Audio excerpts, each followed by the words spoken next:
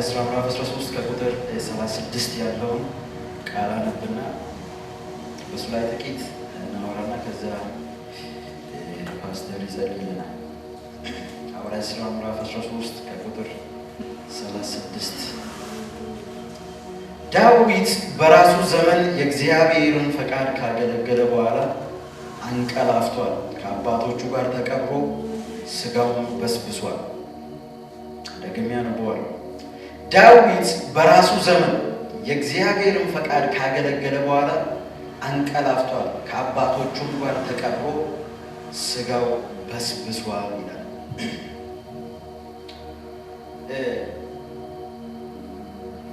በእኛ ዘመን፣ በአንተ ዘመን ወይም በእኔ ዘመን እንደተመቻችሁ አድርጋችሁ ርዕሱን ልትይዙ ትችላላችሁ።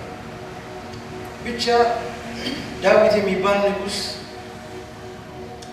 ንጉሥ ከመሆኑ በፊት ብዙ ታሪክ ያለው፣ ንጉሥ ከሆነ በኋላ ብዙ የሚነገርለት ታሪክ ያለው፣ ብዙ ነገር የሚባልለት፣ በሰው ብቻ ሳይሆን በእግዚአብሔር ዘንድም የተወደደና የተመረጠ ታላቅ ሰው ነበር። ይሄ ሰው ጥሩ ንግስና ነበረው። ይሄ ሰው ጥሩ ጥበብና እውቀት ነበረው። ይሄ ሰው ጥሩ ተዋጊ ነው። ይሄ ሰው ሀብታም ነው። ይሄ ሰው በጣም ብዙ ሊነገርለት የሚችል ነገር ነበረው።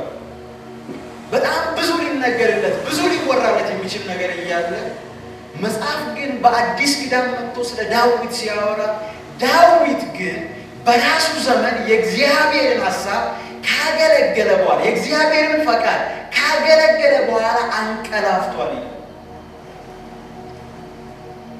ስለ ዳዊት ሀብት ሳይሆን፣ ስለ ዳዊት ብልጥግና ሳይሆን፣ ስለ ዳዊት ንግስና ሳይሆን፣ ስለ ዳዊት ድሎች ሳይሆን፣ ዳዊት በዙሪያው ስለከበቡት ብዙ የሚነገርለት ነገር ሳይሆን ለትውልድ አልፎ የተጻፈለት ነገር ቢኖር በራሱ ዘመን የእግዚአብሔርን ፈቃድ አገልግሎ ማለፍ ነው።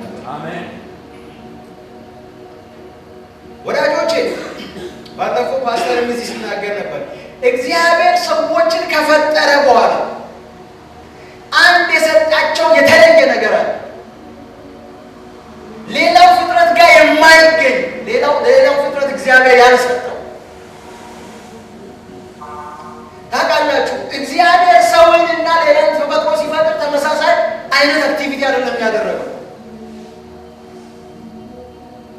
ምድርና በምድር ውስጥ ያሉትን ነገሮች ሲፈጥር ወደ ምድር አይቶ ነው ምድርን እንድታወጣ ያደረጋት። ሰማይና ሰማይ ውስጥ ያሉትን ነገሮች ወደ ሰማይ አይቶ ነው እንዲወጣ ያደረገው። የሰውን ልጅ ግን ሲፈጥር ወደ ራሱ ያይ። አሜን። ይሄ ወደ ራሱ አይቶ ከውስጡ አውጥቶ የፈጠረውን ሰው ግን አንድ የተለየ ነገር በውስጡ አስቀመጠ። ራሱ እንኳን የማይነካው፣ ራሱ እንኳን ተጽዕኖ የማያደርግበትን አንድ ማንነት ሰጠው። ምን ሲባል የራሱ ፈቃድ። ሰው እግዚአብሔር እንኳን ጣልቃ የማይገባበት ፈቃድ አለ። ፍሪ ዊል የሚባል እግዚአብሔር ወንተ ፈቃድ ጣልቃ ገብቶ ይሄን አድርግ ያን አድርግ አይልም። ብዙዎቻችን መጀመሪያ ስለ አዳምና ሔዋን ውድቀት በተማርንበት ወቅት እግዚአብሔርን እንደ ጥሩ እንዳናስብ የሚያደርጉ ነገሮች ነበሩ። ለምን ሲባል እግዚአብሔር ሁሉን አዋቂ ከሆነ፣ እግዚአብሔር ቀድሞ የሚያውቅ ከሆነ ለምን አዳምና ሔዋንን አልከለከለም? ለምንድን ነው አሳልፎ የሰጣቸው ሲባል እግዚአብሔር በእነሱ ፈቃድ ውስጥ ጣልቃ ስለማይገባ። ፈቃድ አንተ ፈልገህ ለእግዚአብሔር የምትሰጠው፣ ካልፈለግ የምትከለክለው ነገር። ይህንን እግዚአብሔር ራሱ ነው የሰጠ። ይህንን ፈቃድ ሰጠውና በዚህ ፈቃድ ውስጥ ግን አንዳንዱ ሰይጣንን አገልግሎበት ያልፋል፣ አንዳንዱ ዓለምን አገልግሎበት ያልፋል፣ አንዳንዱ ደግሞ እግዚአብሔርን አገልግሎበት ያልፋል። ዳዊት በራሱ ዘመን የራሱ ፈቃድ እያለው ዓለም የምትፈልገው ነገር እያለው ሰይጣን የሚፈልገው ነገር እያለው ዳዊት ግን በራሱ ዘመን የእግዚአብሔርን ፈቃድ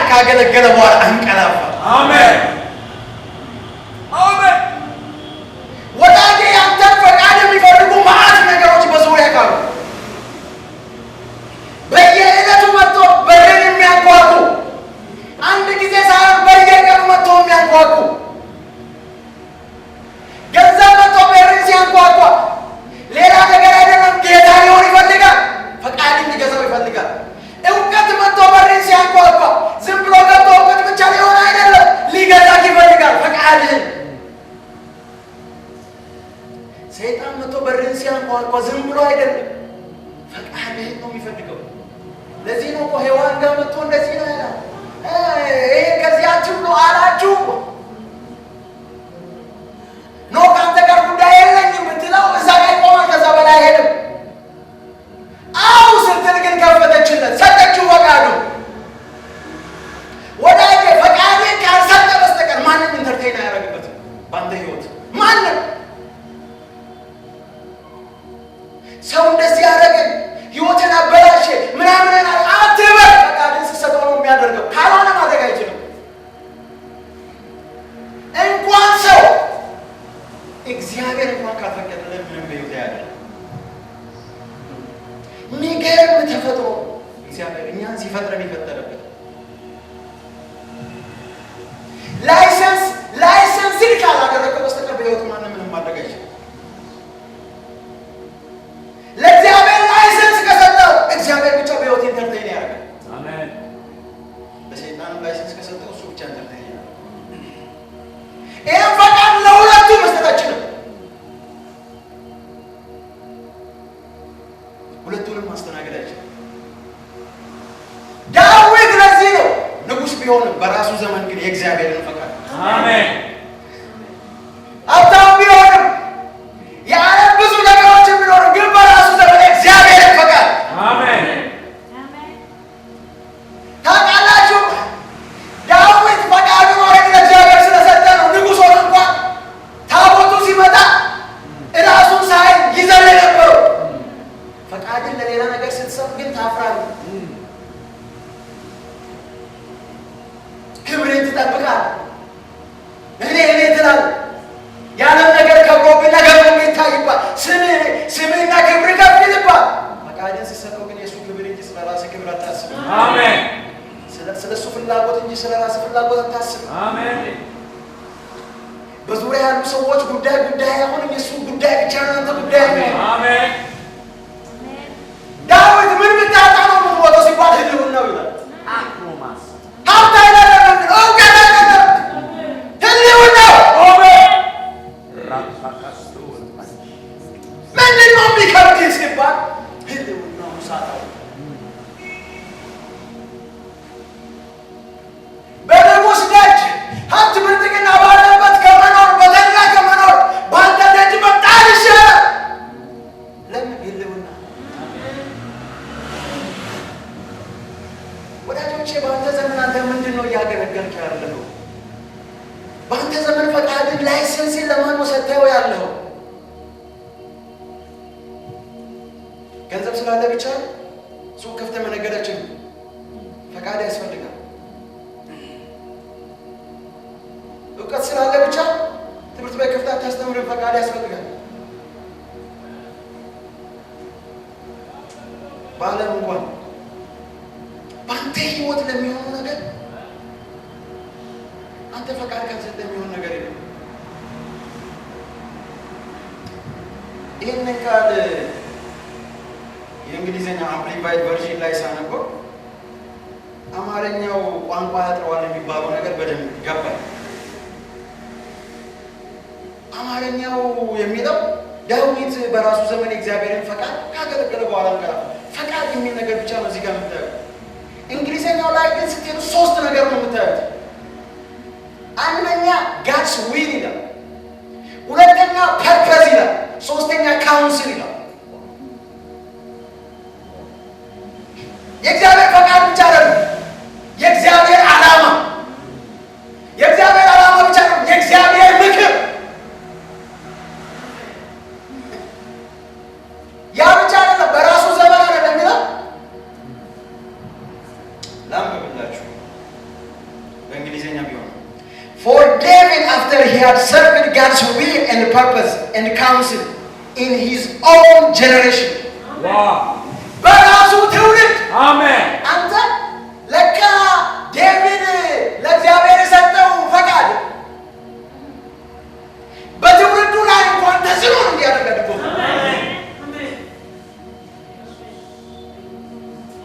የራሱ ዘመን ብቻ አይደለም፣ በዛ ዘመን በሚኖረው ትውልድ ላይ እንኳን ተጽዕኖ የሚያደርግ ኖሮ ነበር የኖረው።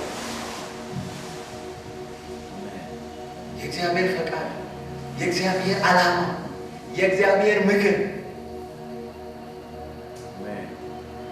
ወዳጆቼ ምንድነው እኛ በዘመናችን የምናደርገው? ማንን ነው እያገለገልን ያለ ነው? ማንን ነው እያሳረፍን ያለ? የማንን ፐርፐዝ ነው አቺቭ እያደረግን ያለ ነው? የማንን ዓላማ ነው እያሳካን ያለ ነው? ዓላማ ማለት ቀላል ነገር አይደለም። ማርክስ ሞኖሮ ሲናገር the greatest tragedy in the world is not days ነው የሚለው። it is the life without purpose። ከዓላማ ውጪ የሆነ ህይወት ነው። ዓላማ ማለት አንድ ሰው የሚያቆመው ነገር የት ይሄዳል ሲባል የሚያሳየው የሚጠቁመው ነገር ነው። ዳዊት ዓላማው ምንድን ነው? እግዚአብሔርን ማገልገል። ንጉሥ እኮ ነው። ዳዊት ዓላማው ምንድን ነው? እሱን ማሳረፍ፣ ምክሩን መስማት። ዳዊት ወደ ፓስተር ወደ ወንጌላዊ ምናምን የምንገፋውን ነገር ዜሮ ያደረገ ንጉሥ ነው።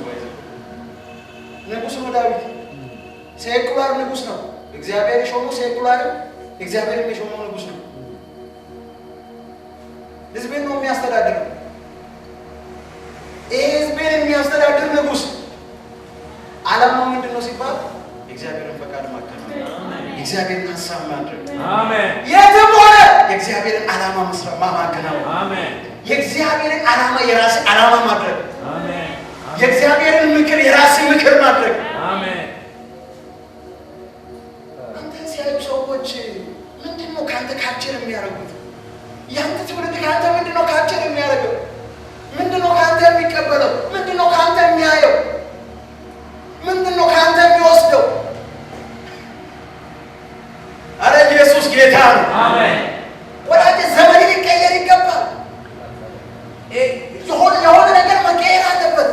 አንተ በአንተ ዘመን ማገልገል ያለበት ጌታ ብቻ ነው። መስተናገድ ያለበት የእሱ ፈቃድ ብቻ ነው። አሜን።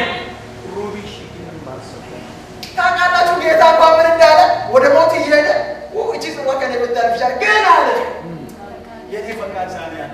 አሜን። ታስ ክርስቲያኒቲ ባይደው ምድር ላይ የሞት የራስ ፈቃድ እያለ አይ ያንተ ፈቃድ ነው። አሜን። እዚህ ቆል ያለው እዚህ ፌስ የምታደርገው እዚህ ጋር እግዚአብሔር ምናምን አይደለም። ሌላ ወርድ ነው እዚህ ፌስ የምታደርገው። ሌላ ወርድ ነው ፌስ እያደረገ ያኛው የዛኛው ዓለም ተጽዕኖ በሕይወት ነው። ባይ ዘ ወይ ያን ፈቃድ ይዘህ ስትል ሁልጊዜ ትጋጫለህ። ሁልጊዜ ቻሌንጅ ይገጥማል። ሁልጊዜ የሚከብዱ ነገሮች በሕይወት ይመጣል። የተደላደለ ነገር አይኖርም። ያን ነገር ለእግዚአብሔር ምንም ነው። እግዚአብሔር የሚፈልገው ፈቃዱን እንድታገለግል ፈቃዱን ሀሳቡን የልቡን መሻት። እግዚአብሔር ለምን ዳዊትን እንደ ልቤ እንዳለ የገባኝ ይሄን ካልሳለ ለካ በቃ እግዚአብሔር ሁሌ ፈቃዱ ይሰራል። ፈቃዱ ልክ እዚህ ምድር ላይ ሲሄድ ሲያይ ወይ ልቤ እየሄደ ነው። ልቤ እየሄደ ነው። ሰዎች ዳዊት እየሄደ ነው። እግዚአብሔር ልቤ እየሄደ ነው። የኔ ሀሳብ እየሄደ ነው። የኔ ፈቃድ እየሄደ ነው። እግዚአብሔር ባይዘው ወይ ፈቃድ ሰጥታችሁ በእናንተ ህይወት የእግዚአብሔር ፈቃድ መስራት ሲጀምር እግዚአብሔር ምን እንደምታውቁ ፈቃድ ምድር ላይ እየሄደ ነው። ከእናንተ ጋር ከመሆን ውጭ እግዚአብሔር አማራጭ የለም። አሜን። እግዚአብሔር ከአንተ ጋር ከመቆም ውጭ አማራጭ የለም። አሜን። የትም ብትገባ አብሮ ይገባል። አሜን። እዚህ ነው እኮ ዮሴፍ ጴጢፋራ ቤት ሲገባ እግዚአብሔር አብሮ ይኸው። አሜን። እስር ቤትም ሲገባ እግዚአብሔር ይኸው። አሜን። አልጠራው ና ባለው አለ። አሜን። ለምን ሲባል ፈቃዱን ስለዚህ። አሜን። አሜን።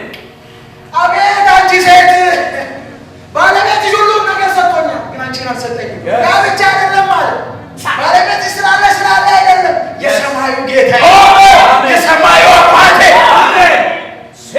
እሱ ፈቃድ አወጣኝ። ልክ ዳዊት እንደዛ ሲል ይላል እግዚአብሔር አብሬው ሊቆይስ ወዳጅ ማንም የማይገባበት ቦታ እግዚአብሔር አብሮ እንዲገባ ከፈለግ ፈቃዱን ፈጽም። አሜን። ማንም አብሮ አይገባ፣ እግዚአብሔር ግን አብሮ ይገባ። አሜን። ዳዊት እኮ ወዳጆቼ ዳዊት እኮ የተጠራው ቤት ቁጭ ብሎ አይደለም እንደነ ኤልያብ ለሹመት እንኳን ለንግስና ሲቀበል ዳዊት የሆነ ሰፈር ውስጥ ምናምን ጫወታ እየተጫወተ አይደለም። ዳዊት በቤተሰቡ አይን ፊት ጠፍቶ ተነስቷል። ተነስቷል ከነሱ የሆነ ጠፍቶ እንጂ ዞር ብሎ ሊቀባ ተፈልጎ ሳሙኤል የእግዚአብሔር ነቢይ መጣ። ሜጀር የሆነው ነቢይ ማለት እንደኛ አይነት ዘመኑ አይደለም። ታላቅ እግዚአብሔር ነቢይ መጣ ሊቀባ። ከዛ ገና ሲመጣ ኤልያብና አቤት ሲያበራ አቤት ንግስና አስቀመጠውና ስለ ውበቱ ስለ ምናምን ያወራ። በቃ ይሄ ነው ንጉሥ ነቢይ እኮ ነው። የኛ ነቢዮች እኮ ችግር የሆነው ምን እንደሆነ ታውቃላችሁ? እኔ አልስትም፣ እኔ አልሳሳትም፣ ጠብ አትልም ይላል። ጠብ አትልም እሱ ጠብ ይላል። ጠብ አትልም የሚለው ጠብ ራሱ ይላል። እውነት ማን ስለሆነ ነው ጠብም ማለት? ወዳጆቼ ሳሙኤል ሲሾም መጽሐፍ ቅዱስ ምን እንደምታውቃላችሁ? ሳሙኤል ንግስና ከዳን እስከ ቤርሳቤ ተሰማ ይልና የሚናገረው ቃል መሬት ወድቆ አይቀርም ነበር ይላል። ቃሉ ነው ያለው። ያ ነቢይ መጣና አቤት ንጉሥ አለ። ቃሉ መሬት ጠባ አይልም የተባለው ነቢይ መጥቶ ሳለ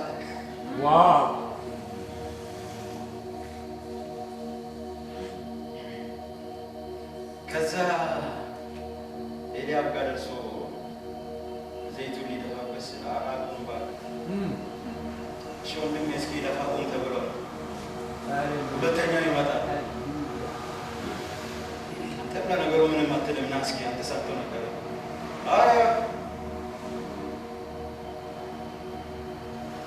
ያለ እሰይ አቤት ያለ ልጅ ያው ያው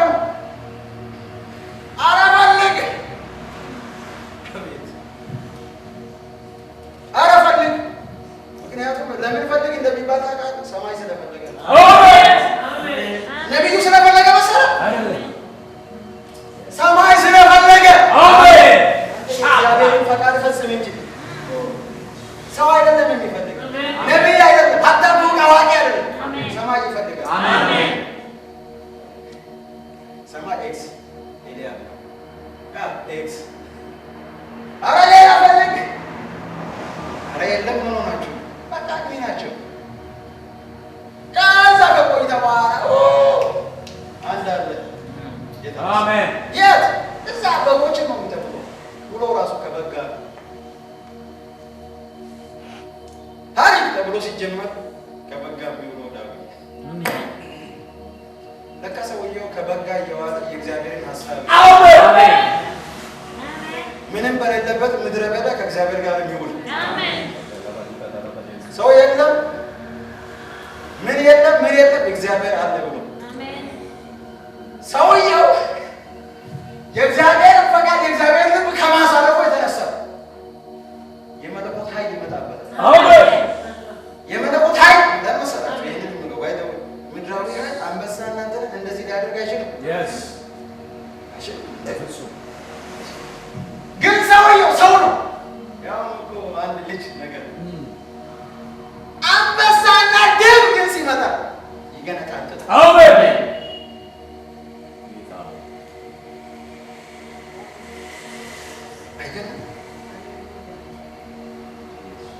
ከዛ ያ ዳዊት ተጠራና ና ተብሎ ተጠራ። ዘይት አቡራ አሜን። ነቢዩ ምን ነካ? ወንድሜ የኔ ፈቃድ አይደለም የእሱ ነው።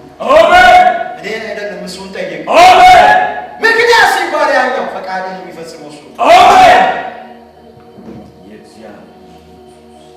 ያ ዳዊት በራሱ ዘመን የእግዚአብሔርን ፈቃድ ካገለገለ በኋላ አንቀላፋ። አሜን። እኔ የሚገርመው መጽሐፍ ሞተ አንቀላፋ ነው። እንግሊዘኛው ሳነበው አንቀላፋ ነው። አልቀየረው ፌል ስሊፕ ነው። እንቅልፍ አንቀላፋ ነው። ልክ አንተ እንደምትተኛው ተኛ። የእግዚአብሔርን ፈቃድ ፈጽሞ ስላለ በራሱ ትውልድ በራሱ ዘመን ወዳጆቼ በዳዊት ትውልድ ውስጥ ስለ ዳዊት የሚናገረው ምንድን ነው ብትሉ የእግዚአብሔር ፈቃድ፣ የእግዚአብሔር ሀሳብ፣ የእግዚአብሔር ዓላማ፣ የእግዚአብሔር ምክር ነው። it is the year of action የአክሽን ዓመታችን መሄድ ዓመታችን መሄዳችን ካልቀረ እንደ እግዚአብሔር ፈቃድ ብቻ እንደ እግዚአብሔር ሀሳብ ብቻ እንደ እግዚአብሔር ዓላማ ብቻ አምናለሁ። በጣም የዲያሜንሽን ለውጥ ይሆናል። አሜን። የዲያሜንሽን ለውጥ በስፒሪት ፍሬም ይሆናል። አሜን። መንፈሳዊ ማለት የዲያሜንሽን ለውጥ ይሆናል። አሜን። ሰው የእግዚአብሔርን ፈቃድ ለማድረግ ሲነሳ ባይደው እግዚአብሔር ወዲያው አብሮ ይነሳ። አሜን። ሰይጣንም ወዲያው አብሮ ይነሳ። ከባዱ ነገር ምንድነው ብትሉ ከባድ ከተባለ ከባዱ ነገር ምንድነው ብትሉ ሰይጣንም አብሮ መነሳቱ ነው። አንተ የእግዚአብሔርን ፈቃድ ለማድረግ አንድ ስቴፕ እግር ስትዘረጋ መሰናከል፣ ቻሌንጅ፣ ያላሰብከው ነገር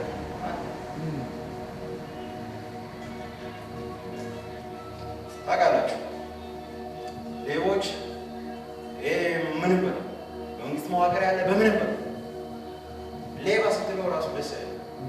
ሌባ ካልኩ አንተ ሊያጠፋ ነው፣ ይገድላል፣ ነፍስህን ለመውሰድ ይሄዳል ስላልከው ብቻ በቃ የእግዚአብሔር ነገር እንደዚህ ነው። ልክ አንድ ስቴፕ አብረህ ስትቆም እግዚአብሔር ነው አብሮ ነው። አሜን። በዛው ልክ ግን ቻሌንጅ አብሮ ይመጣል። አያሸንፍም። እርግጠኛ ሆንሽ የሚያሸንፍ ቻሌንጅ አይደለም ግን ይገጥማል። ግን በዛው ውስጥ እመክራችኋለሁ የእግዚአብሔርን ፈቃድ ለመፈጸም ትጉ። አሜን። በዘመናችሁ መጨረሻ ምንድን ነው የሚጻፍላችሁ? በአንተ ዘመን ምንድን ነው የሚጻፍልህ? በአንቺ ዘመን ምንድን ነው የሚጻፍልሽ?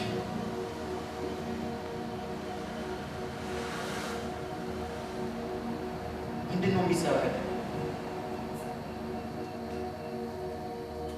እነ ጳውሎስ እኮ አገልግለው ሩጫዬ ጨርሻለሁ ነው ጻፉልኝ ሩጫዬ ጨርሻለሁ፣ ሃይማኖቴን ፈጽሜያለሁ፣ እሄዳለሁ፣ አክሊል ይጠብቀኛል። አንተ ምንድን ነው የሚጻፍልህ? አንተ ምንድን ነው አጽፈህ የምትሄደው? ወዳጄ ዝም ብሎ ማንም እንኳን የሆነ እንትን ላይ አይጻፍልህ፣ አንተ አጽፈህ ሂድ። አሜን አሜን። መንገሻ ሲባል ምንድን ነው ወደ ሰው አይምሮ የሚመጣው? ምንድን ነው የሚመጣው? ክፉ ሰው፣ መጥፎ ሰው፣ ተንኮለኛ፣ ምቀኝ ምንድን ነው የሚመጣው? በራሱ ትውልድ ነው የሚለው። በዳዊት ትውልድ መካከል ስለ ዳዊት የሚመጣው ምንድን ነው ሲባል የእግዚአብሔርን ፈቃድ ፈጽሞ ማለት ነው። በአንተ ትውልድ መካከል ስለ አንተ ምንድን ነው የሚጻፈው? ምንድን ነው የሚባለው? ምንድን ነው የሚመጣው? ራሴን ጠየቁ። እግዚአብሔር በጣም ብዙ ነገር ተናግሮ በሕይወቴ በጣም ብዙ ነገር ብዙ እንደማገለግለው ብዙ ነገር ብዙ ተናግሮ እግዚአብሔር በስራዬ እንደሚያሳድግ ምናምን እንግዲህ ስራ አስኪያጅ እንደሚሆን አንድም ቀን ነግሮኛል። አይ ዶንት ቲንክ እሱ የሚጻፍልኝ አይመስለኝም። የሚጻፍልኝ ሌላ። አሜን። ምንድን ነው ግን የሚጻፍላችሁ? ወዳጆች የራሳችሁን ጠይቁ። ዝም ብለን ኖረን እንለፍባለን። አሜን። ዶክተር ፕሮፌሰር ምናምን ብዙ ሰው ሆኗል ከአንተ ፊት ወዳጄ። አዲስ የምትፈጥረው ነገር የለም። አትሆኑ እያልኩ አይደለም፣ ሁኑ ያስፈልጋል። ያው እዚህ ድሀ ሀገር ውስጥ ነው የምንኖር። ለኝ አፒላቶ ፓርቲ አርቴ ሞባይል ስቲ በጣም የሚገርም ካምፓኒ አሜሪካ ነው። ስቲቭ ጆብስ ማለት ቢሊየነር ሆኖ በካንሰር ታሞ አልጋ ላይ ተኝቶ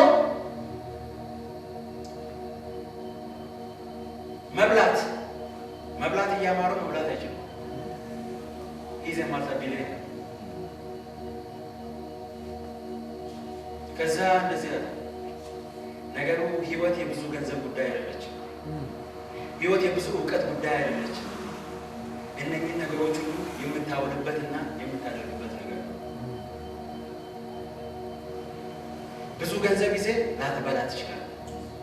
ብዙ እውቀት ይዘህ ምንም ላታደርግበት ትችላለህ። ብዙ ገንዘብ ይዘህ ብዙ እውቀትን የምታውልበት ነው። ሌላ ምንም ነገር እንዳይመስላችሁ። ስቲቭ ጆብስ ሌላ እድሜ ቢያገኝ ያን ቢሊየን ብር አያስቀምጥም። እርግጠኛ ነው ነገራችሁ፣ አያስቀምጥም።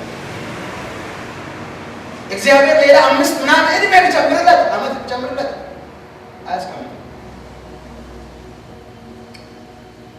እነ ቢል ጌት ወዶ መሰላችሁ እነ ቢል ጌት ፋውንዴሽን ምናምን እያሉ የሚያደርጉት ላይፍ ምን ሰራው ህይወት ገንዘብ በመሰብሰብ ለዚህ ሀብታም ብትሆን የተለየ ምንም የምታመጣው ነገር የለም ወዳጅ። ገንዘብ ብትሰበስብ እውቀት ብትሰበስብ ምንም አይደለም።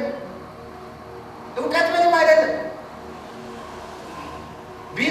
ቢል ጌት ታውቃላችሁ ከሃርቫርድ ዩኒቨርሲቲ ምናምን አንተ ምንም የማጠቀም ማትረባ ተማሪ ተብሎ ነው የተባለው። በሱ በሚማርበት ወቅት ግን ቤስት ኢንጂነር የሚባለው ተብሎ የተመረቀው ተማሪ የሱ ቅጥረኛ ነው። ነገር የዛው የምናምን ጉዳይ አይደለም። በተለይ በእኛ ዘመን ልንገራችሁ፣ እውነቴን ነው የምላችሁ፣ እግዚአብሔር የሚፈልገው ፈቃዱን እንድንፈጽም። አሜን። ሌላ ነገር ከኛ አይፈልግም። አሜን። እመን መሞት አይቀርም፣ ትሞታለህ። yes ሰቦደተ የጊዜ ጉዳይ ነው። ሰሞኑን ዝም ብዬ ስለሞት ምናምን ሳስብ እኔ ከጥቂት ዓመታት በፊት አይደለም እኔ የኔ አባትና የኔ እናት እንደሚሞቱ አላስብም። አይገርማችሁ?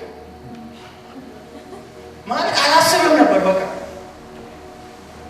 የኔ አባትና የኔ እናት እንደዚህ ዝም ብሎ የሚኖሩ ይመስለኝ ነበር እና በከተም ጊዜ ወደ ሄጄ እየጎበኘኋቸው ሲመጣ በጣም እያረጁ ሲመጡ በቃ አንድ ቀን ይሞታሉ አይደል ብዬ ማስብ ነው።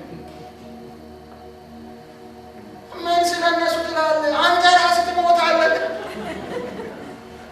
ምን ትሰራለህ አንተ ራስህ? የጊዜ ጉዳይ ነው፣ ትሄዳለህ። ወዳጆቼ መሄድ አይደለም ምን አድርገህ ሄድክ? ምን ሰርተህ ሄድክ? ምን ተጻፈልህ? ምን ይወራልህ? ምን ይባልልሃል? ምን ይናገርልሃል? ዓለም ላይ ምን አስቀምጠህ ትሄዳለህ? ይሄ የሚባልልህ ነገር እባክህ እግዚአብሔርን ፈቃድ አገልግለህ። አሜን።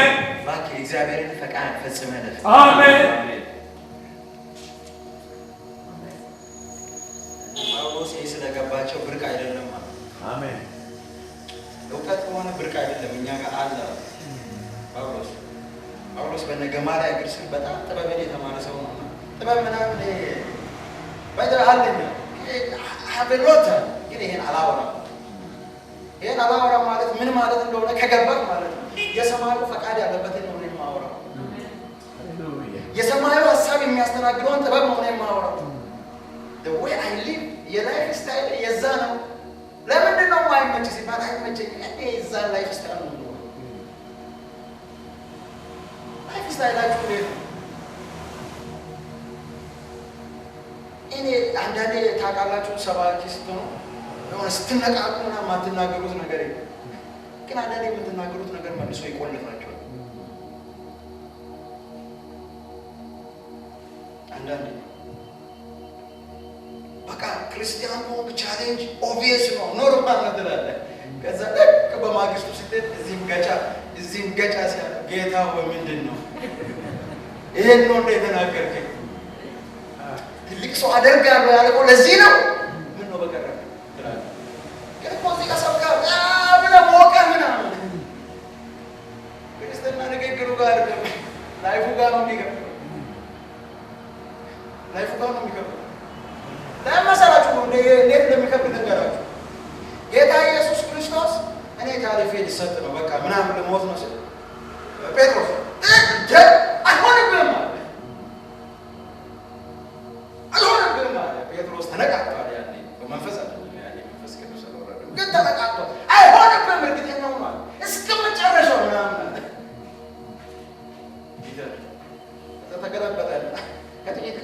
ሲያዝ አንተ ከሱ ጋር አልነበርክም? ኧረ አንቺ ተሳስተሻል ወይ ወለሳና በሲሪየስ ማለት ብዙዎቻችን እንደዚህ ነን እኮ መረጥ ላይ ግን ምን ልላችሁ ፈልጋለሁ በራሳችሁ ዘንድ በእናንተ ትውልድ የእግዚአብሔርን ፈቃድ ፈጽማችሁ አሜን እመኝላችኋለሁ። ሌላ ነገር አልመኝላችሁ። ሀብታም ሁኑ አልላችሁ።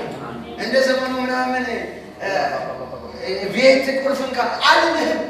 ግን ይህንን እላለሁ በዘመኔ የእግዚአብሔርን ፈቃድ ፈጽመ ማለፍ ይሁንልህ። በዘመንሽ የእግዚአብሔርን ፈቃድ ፈጽመሽ ማለፍ ይሁንልህ። አቦ ትውልድሽ ስለ አንቺ ሲያስብ አንቺ ለእግዚአብሔር ፈቃድ የከፈልሽው ዋጋ ይታያል።